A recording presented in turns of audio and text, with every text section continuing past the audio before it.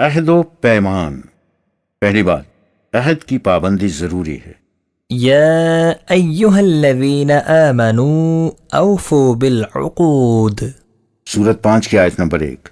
مفہوم ہے، اے ایمان والو اپنے عہد و پیمان پورے کیا کرو. عقود میں انفرادی عہد و پیمان بھی آ جاتے ہیں اور قومی معاہدات بھی. دوسری جگہ ہے وأوفوا بالعهد إن العهد كان مسؤولا. سورت نمبر 17 آیت نمبر 34. تم اپنے عہد و پیمان پورے کیا کرو، یاد رکھو تم سے پوچھا جائے گا کہ تم نے اپنا عہد پورا کیا تھا یا نہیں. اس سے واضح ہے کہ عہد شکنی قابل مواخذہ ہے. دوسری بات، مومنین کی خصوصیت یہ ہے کہ وہ عہد کی پابندی کرتے ہیں. والذين هم لأماناتهم وعهدهم راعون. سورت نمبر 23 کی آیت نمبر 8. مفہوم ہے، یہ لوگ اپنی امانات اور عہد کی پاسداری کرتے ہیں. نیز سورت نمبر 3 کی آیت 75 اور آیت 177 اور سورت نمبر 70 کی آیت 32. تیسری بات، قرآن کریم میں ایک جامع ہدایت ہے جس میں کہا گیا ہے يا أيها الذين آمنوا لم تقولون ما لا تفعلون كبر مقتا عند الله أن تقولوا ما لا تفعلون. سورت نمبر 61 کی آیت نمبر 2 اور 3. مفہوم ہے، اے جماعت مومنین تم وہ کچھ کیوں کہتے ہو جو کر کے نہیں دکھاتے. خدا کے نزدیک یہ بات بڑی مذموم ہے کہ ایسی باتیں کہی جائیں جنہیں کر کے نہ دکھایا جائے. انسان کے قول اور فعل میں ہمیشہ مطابقت ہونی چاہیے. اگرچہ اس ارشاد خداوندی کا مفہوم بڑا وسیع ہے، لیکن اس میں بہرحال یہ بات بھی آ جاتی ہے کہ جو عہد کسی سے کیا جائے اس کے مطابق کر کے بھی دکھایا جائے، یعنی اسے پورا کیا جائے. چوتھی بات، جو عہد خدا کے ساتھ کیا جائے اس کا پورا کرنا بھی نہایت ضروری ہے. وبعهد الله أوفوا. سورت نمبر 6 کی آیت نمبر 153 اور سورت نمبر 16 کی آیت نمبر 91 میں یہ بات کہی گئی ہے. ارشاد خداوندی ہے، خدا کے ساتھ باندھے ہوئے عہد میں وہ ذمہ داریاں بھی آ جاتی ہیں جنہیں انسان خدا پر ایمان لانے سے اپنے اوپر عائد کر لیتا ہے، اور وہ ذمہ داریاں بھی جو حکومت خداوندی یعنی اسلامی مملکت کی طرف سے اس پر عائد ہوتی ہیں. اس عہد کو توڑنے والوں کے متعلق کہا والذين ينقضون عهد الله من بعد ميثاقه ويقطعون ما أمر الله به أن يوصل ويفسدون في الأرض أولئك لهم اللعنة ولهم سوء الدار. سورت نمبر 13 آیت نمبر 25. مفہوم یہ ہے، ایک وہ لوگ ہیں جو اس عہد کو جو انہوں نے خدا کے ساتھ نہایت مضبوطی سے باندھا تھا توڑ ڈالتے ہیں، اور انسانیت کے جن رشتوں کو جوڑنے کا اس نے حکم دیا تھا انہیں ٹکڑے ٹکڑے کر ڈالتے ہیں. سورت نمبر 13 کی آیت نمبر 21 اور سورت نمبر 2 کی آیت نمبر 27 میں بھی یہی مفہوم ہے. اور اس طرح دنیا میں فساد اور ناہمواریاں برپا کرتے رہتے ہیں. یہ لوگ زندگی کی خوشگواریوں سے محروم رہ جاتے ہیں اور ان کا انجام بڑا ہی خراب ہوتا ہے. دوسری جگہ اسے عہد فروشی کہہ کر پکارا گیا ہے. فرمایا ولا تشتروا بعهد الله ثمنا قليلا. سورت نمبر 16 کی آیت نمبر 95 کا ٹکڑا. مفہوم ہے، اللہ کے ساتھ باندھے ہوئے عہد کو دنیاوی مفاد کے متاع قلیل کے عوض فروخت مت کرو. ہم سمجھتے ہیں کہ اس میں اسلامی مملکت کے خلاف سازشیں بھی شامل ہیں جنہیں غداران ملت ذاتی مفاد کی خاطر قوم کے دشمنوں کے ساتھ مل کر یا ان کا اعلی کار بن کر کرتے ہیں. نیز سورت نمبر 2 کی آیت نمبر 41 اور سورت نمبر 3 کی آیت نمبر 76 بھی ملاحظہ فرمائیں. سب سے بڑا اور بنیادی عہد جو ایک انسان اپنے خدا سے کرتا ہے اور جس سے وہ مسلمان ہوتا ہے، یہ ہے کہ وہ اپنی جان اور اپنا مال یعنی سب کچھ خدا کے ہاتھوں بیچ دیتا ہے. سورہ توبہ میں ہے ان الله اشترى من المؤمنين انفسهم واموالهم بان لهم جنة. سورت نمبر 9 آیت نمبر 111. مفہوم ہے، یہ حقیقت ہے کہ اللہ مومنین سے ان کی جان اور مال خرید لیتا ہے اور اس کے عوض انہیں جنت عطا کر دیتا ہے. یہ عہد محض نظری یا اعتقادی نہیں ہوتا، اسے عملاً ایسا کرنا ہوتا ہے، اور عملاً اس کی شکل یہ ہے کہ یہ عہد خدا کے نام پر قائم شدہ اسلامی مملکت کے ساتھ کیا جائے. اس کی تشریح کا یہ مقام نہیں۔ ان معاہدات کے لیے جو دوسری اقوام سے کیے جائیں امور مملکت سے متعلق عنوان ملاحظہ کریں۔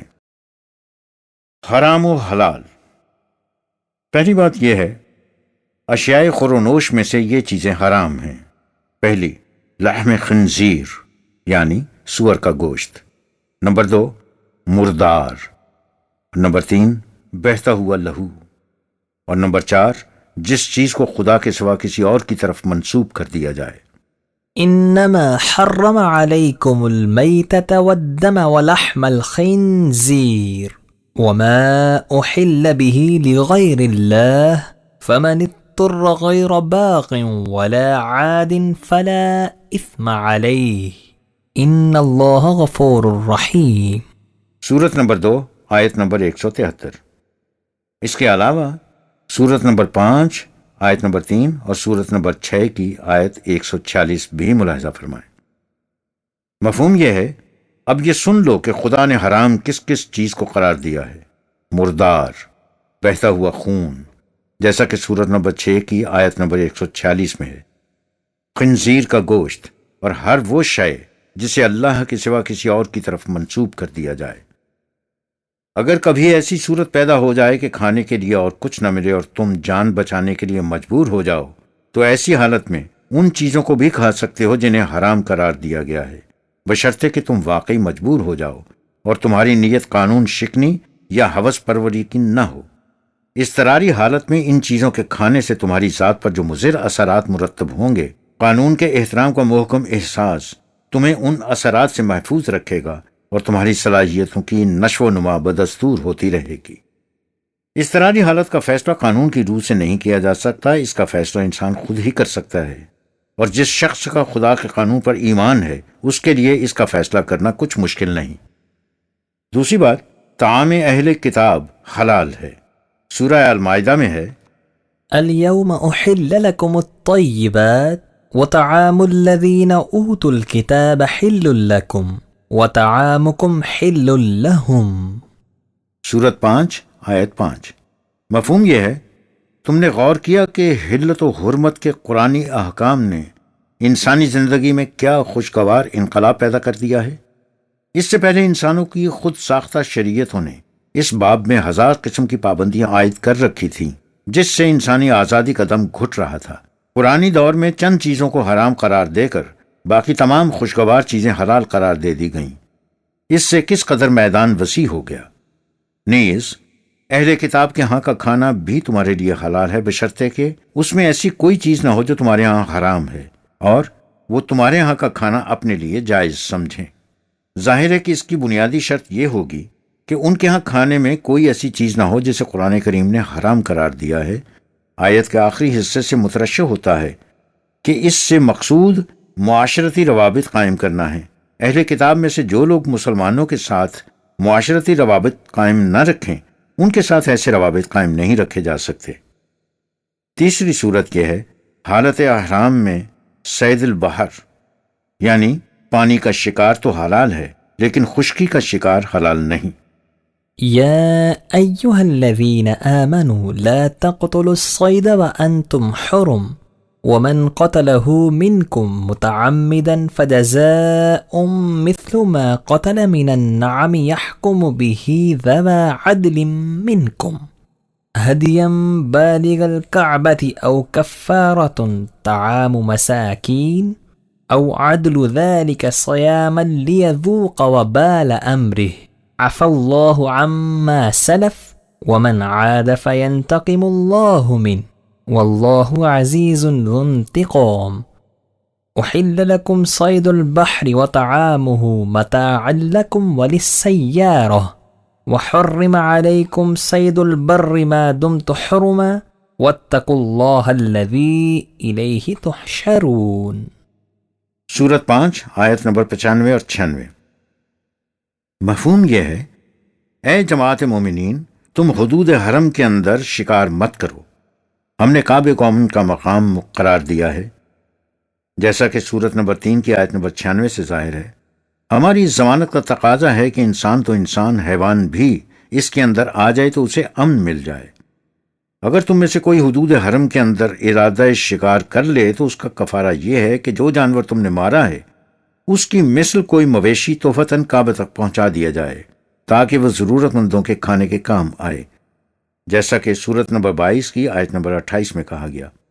اس بات کا فیصلہ کہ کون سا جانور اس جانور کے ہم پلہ ہے جسے شکار کیا گیا تھا، تم میں سے 2 صاحب انصاف آدمی کریں جنہیں اس کا علم ہو کہ کون سا جانور کس جانور کے ہم پلہ ہوتا ہے، یا اس کا کفارہ اس جانور کے قیمت کے برابر مسکینوں کا کھانا ہے یا اس کے برابر روزے رکھنا، اس حساب سے جس کا ذکر سورت نمبر 5 کی آیت نمبر 89 میں کیا گیا ہے، یعنی یہ کہ 3 روزے 10 مسکینوں کے کھانے کے برابر ہوتے ہیں۔ یہ اس لیے ہے کہ تم نے جو دیدہ دانستہ حدود شکنی کی ہے اس کا خمیازہ بھگتو اور تمہارا نفس پابندیوں کے احترام کا خوگر ہو جائے۔ یہ حکم اب سے نافذ ہوگا، اس سے پہلے جو ہو چکا سو ہو چکا، جو اس کے بعد ایسا کرے گا اسے سزا دی جائے گی، اس لیے کہ وہ قانون ہی نہیں ہوتا جس کی خلاف ورزی کی سزا نہ ہو، اور اگر اس کے پیچھے ایسی قوت نہ ہو جو اس سزا کو عمل میں لا سکے تو وہ قانون واز بن کر رہ جاتا ہے۔ لہٰذا نظام خداوندی میں قانون شکنی کی سزا بھی ہے اور ایسی قوت بھی جو اس سزا کو نافذ کر سکے۔ یہ پابندی کے حدود حرم کے اندر شکار کرنا حرام ہے، خشکی کے جانوروں تک محدود ہے۔ جہاں تک پانی کے جانوروں کا تعلق ہے ان کا کھانا جائز ہے، خواہ انہیں تم خود شکار کرو یا انہیں پانی اچھال کر خشکی پر پھینک دے، یا پانی کے پیچھے ہٹ جانے سے وہ خشکی پر رہ جائیں۔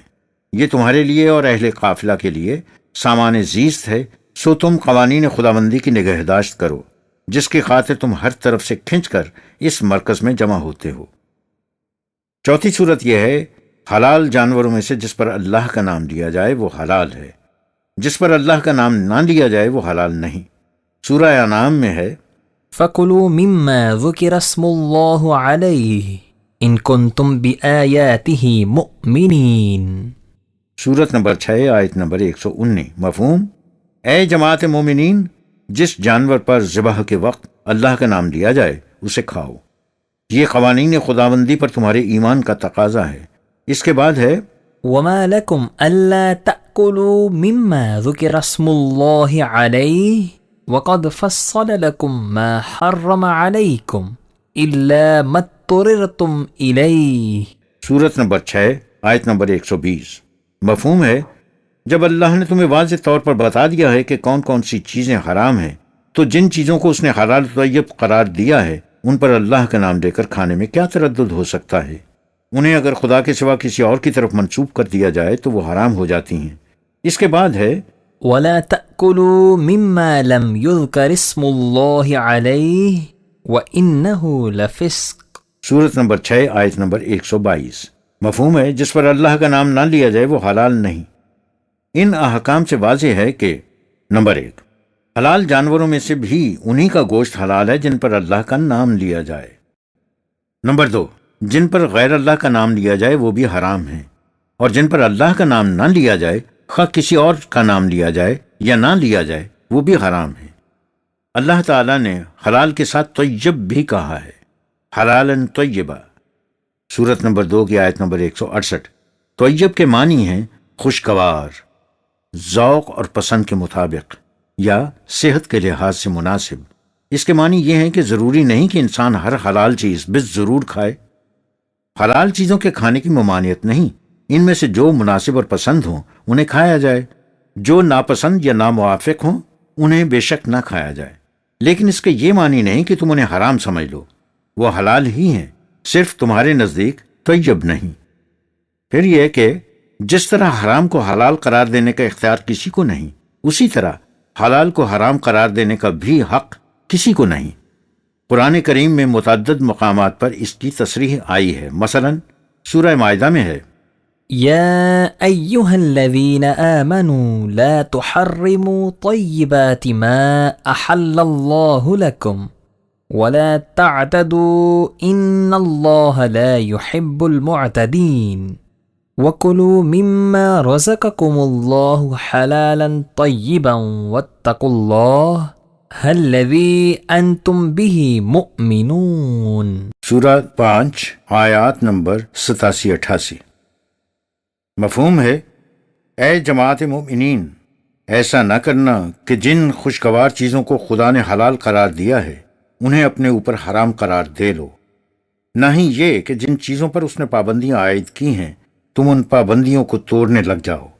حد سے گزر جانا یعنی افراط و تفریط دونوں اطراف میں برا ہوتا ہے۔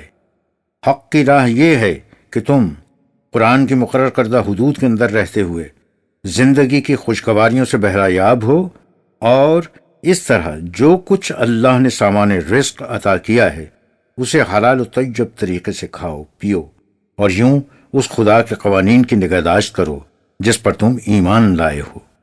سورہ یونس میں ہے قل أرأيتم ما أنزل الله لكم من رزق فجعلتم منه حراما وحلالا قل الله أذن لكم أم على الله تفترون۔ سورت 10 آیت 59۔ مفہوم ہے، ان سے پوچھو کیا تم نے کبھی اس پر بھی غور کیا ہے کہ اللہ نے جو تمہارے لیے سامان رزق پیدا کیا ہے تم اس میں سے خود ہی اپنے معتقاد کے مطابق کسی کو حلال قرار دیتے ہو کسی کو حرام۔ ان سے پوچھو کہ کیا اللہ نے تمہیں اس کی اجازت دے رکھی ہے کہ تم خود ہی حرام و حلال کے فیصلے کرنے لگ جاؤ؟ حقیقت یہ ہے کہ تم اپنے آپ ہی کچھ فیصلے کر لیتے ہو اور پھر انہیں شریعت کا نام دے کر خدا کی طرف منسوب کر دیتے ہو۔ یہ بہت بڑا افتراء ہے۔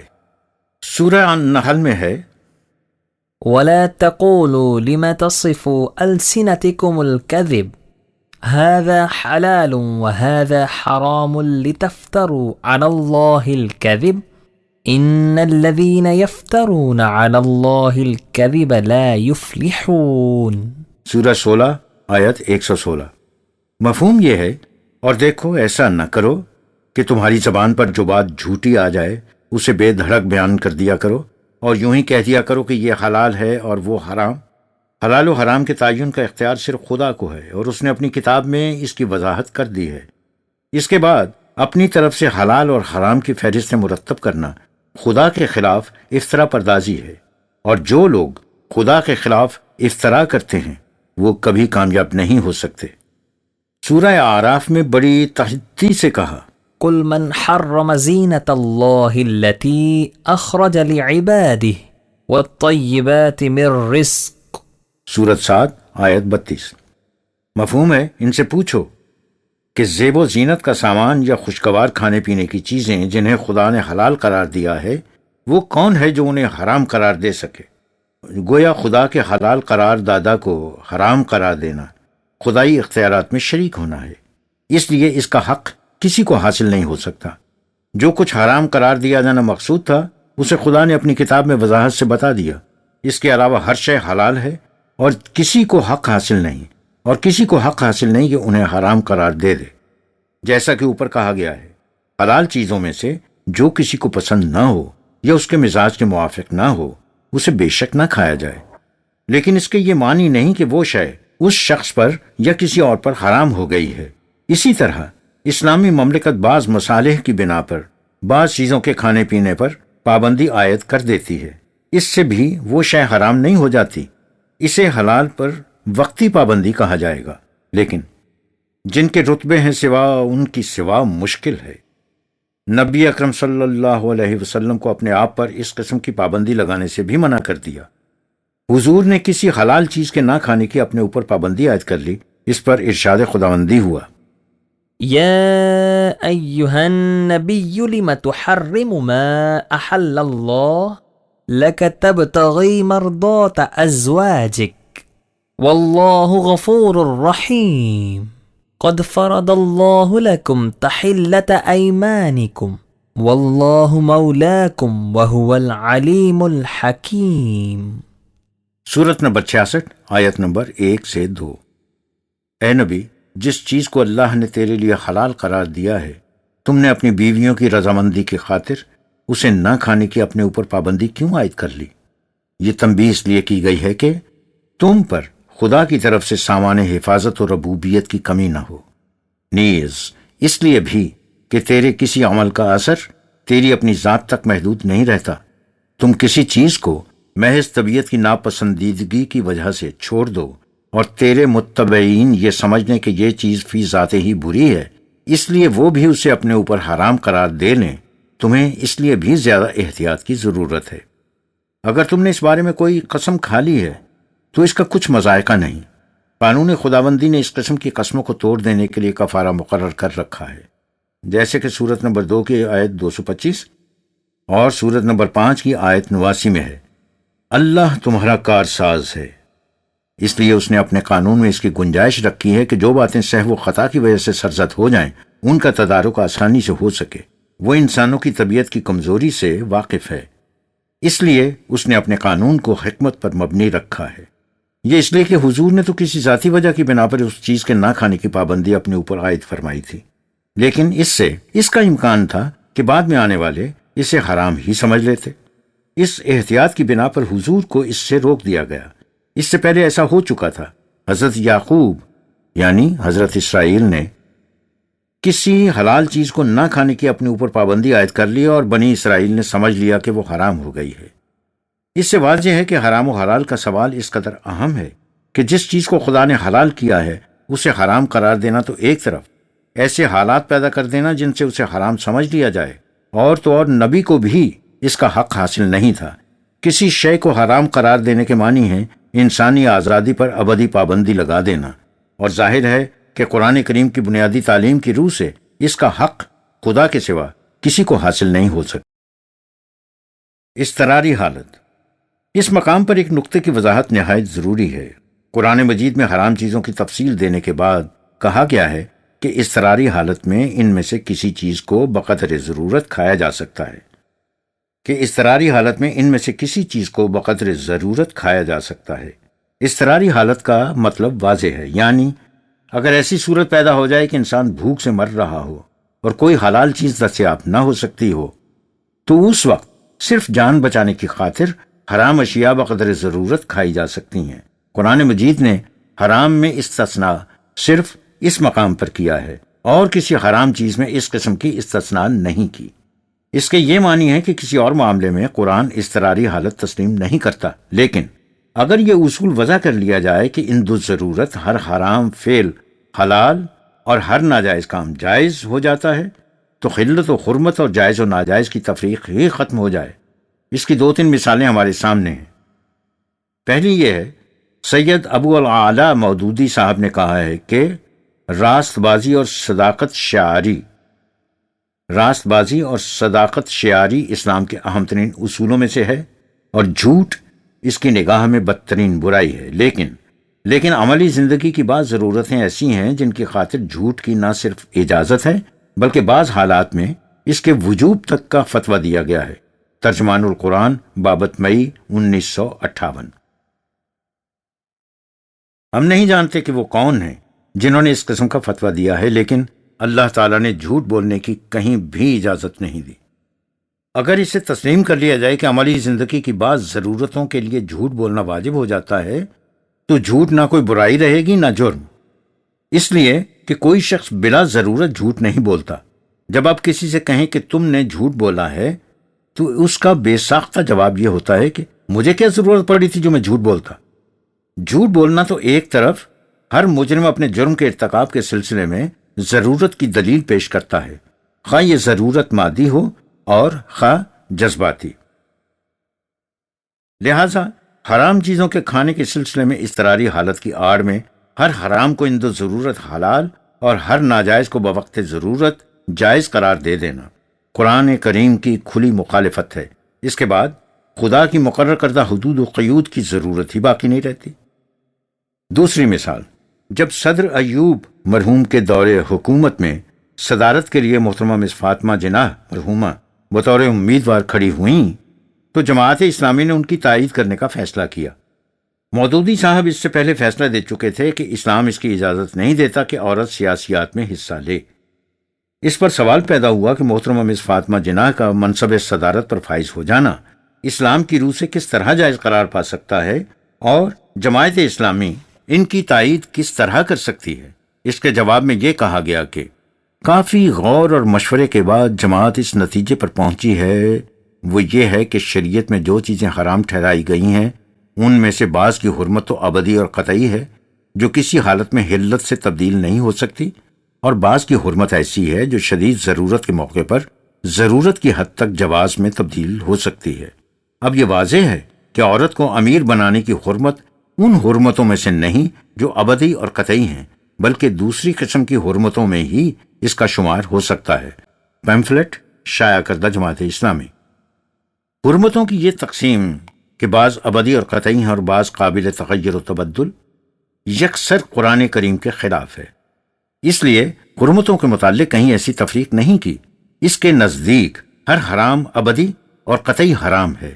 اضطراری حالت میں حرام چیزوں کے کھانے کی اجازت کے بھی یہ معنی نہیں کہ ان چیزوں کی حرمت حلت میں بدل جاتی ہے، وہ بدستور حرام رہتی ہیں۔ صرف اس شخص کو جس پر اضطراری حالت طاری ہو ان کے استعمال کی اجازت دی گئی ہے، اور یہ اجازت خود خدا نے دی ہے۔ اسلامی حکومت بھی کسی حلال شے کو غیر طیب قرار دے کر اس کے استعمال پر وقتی طور پر پابندی عائد کر سکتی ہے، جیسے برسات یا وبائی امراض کے زمانے میں بعض پھلوں کے کھانے پر پابندی لگا دی جاتی ہے، لیکن خدا کے حرام کردہ یا ناجائز قرار دادہ کو حلال وہ بھی قرار نہیں دے سکتے۔ ہم نے ان امور کی وضاحت اس لیے ضروری سمجھی ہے کہ مودودی صاحب کے ان فیصلوں کی روح سے عوام میں حلال اور حرام کا تصور بدل رہا ہے، اور جن لوگوں پر خدائی پابندیاں گراں گزرتی ہیں ان تعبیرات سے انہیں ہر قسم کی چھوٹ حاصل ہو جاتی ہے۔ خمر، شراب، وائن۔ خمر اشیاء خورونوش میں سے نہیں، اس لیے کہ اس کا ذکر حرام کی فہرست میں نہیں آیا، لیکن اس کے استعمال سے بڑی سختی سے روکا گیا ہے۔ چونکہ نشے کی عادت ایک دن میں نہیں چھڑائی جا سکتی، اس لیے اس باب میں تدریجاً احکام دیے گئے۔ پہلے کہا يا أيها الذين آمنوا لا تقربوا الصلاة وأنتم سكارى حتى تعلموا ما تقولون۔ سورۃ 4 آیت 43۔ اے جماعت مومنین، تم نشے کی حالت میں صلاۃ کے قریب مت جاؤ، صلاۃ میں تمہیں معلوم ہونا چاہیے کہ تم کیا کر اور کیا کہہ رہے ہو۔ اس کے بعد فرمایا يسألونك عن الخمر والميسر قل فيهما إثم كبير ومنافع للناس وإثمهما أكبر من نفعهما۔ سورۃ 2 آیت 219۔ اے رسول، تم سے خمر اور میسرہ کی بابت پوچھتے ہیں، ان سے کہہ دو کہ ان میں کچھ فائدہ بھی ہے اور مضرت بھی، لیکن ان کی مضرت ان کے فائدے سے کہیں زیادہ ہے۔ اور آخر میں کہا يا أيها الذين آمنوا إنما الخمر والميسر والأنصاب والأزلام رجس من عمل الشيطان فاجتنبوه لعلكم تفلحون۔ إنما يريد الشيطان أن يوقي بينكم العداوة والبغضاء في الخمر والميسر وَيَسُدَّكُمْ عَنْ ذِكْرِ اللَّهِ وَعَنِ الصَّلَاةِ فَهَلْ أَنْتُمْ مُنْتَهُونَ۔ سورۃ 5 آیت 90-91۔ خمر، میسرہ، انصاب، ازلام، جن کا ذکر سورۃ نمبر 2 کی 219ویں آیت میں اور سورۃ نمبر 5 کی 3 آیت میں آ چکا ہے، ایسے کام ہیں جن سے معاشرے میں تخریب پیدا ہوتی ہے اور انسان کے قلب و دماغ کی صلاحیتیں معوف ہو جاتی ہیں، جیسا کہ سورۃ نمبر 10 کی آیت نمبر 100 میں۔ لہٰذا تم ان سے اجتناب کرو تاکہ یہ تمہاری کامیابی کے راستے میں روڑا بن کر نہ ٹک جائیں۔ اگر تم اپنے پست جذبات کی تسکین کے لیے خمر اور میسرہ جیسی عادات پر اتر آئے تو یہ چیزیں انفرادی کمزوری پیدا کرنے کے علاوہ تم میں باہمی عداوت اور کینہ پیدا کر دیں گی، اور قوانین خداوندی کو پیش نظر رکھنے اور نظام صلاۃ کے قائم کرنے سے تمہیں روک دیں گی۔ کیا اس قدر وضاحت کے بعد بھی تم ان چیزوں سے باز نہیں رہو گے؟ اس سے خمر پر ممانعت عائد ہو گئی۔ ان تدریجی احکام سے یہ اصول مستنبط ہوتا ہے کہ قوانین کا نفاذ معاشرے کے حالات کے مطابق کیا جائے گا۔ اس میں افراد معاشرہ کی عام ذہنی اور نفسیاتی حالت بھی آ جاتی ہے۔ دوسری بات یہ ہے، خمر کے معنی ہے ہر وہ چیز جو انسان کی عقل کو ڈھانپ دے۔ اس لفظ کا عام استعمال تو شراب کے لیے ہوتا ہے، لیکن اس زمرے میں دیگر نشاور اشیاء بھی شامل کی جا سکتی ہیں۔ مملکت کے قانون میں خمر کی تعریف اس طرح دی جانی چاہیے کہ بات بالکل واضح ہو جائے کہ کس چیز سے منع کیا گیا ہے۔ جب اسے قانونی حیثیت دی جائے گی تو خمر کی تعریف یعنی ڈیفینیشن دینا لازمی ہوگا۔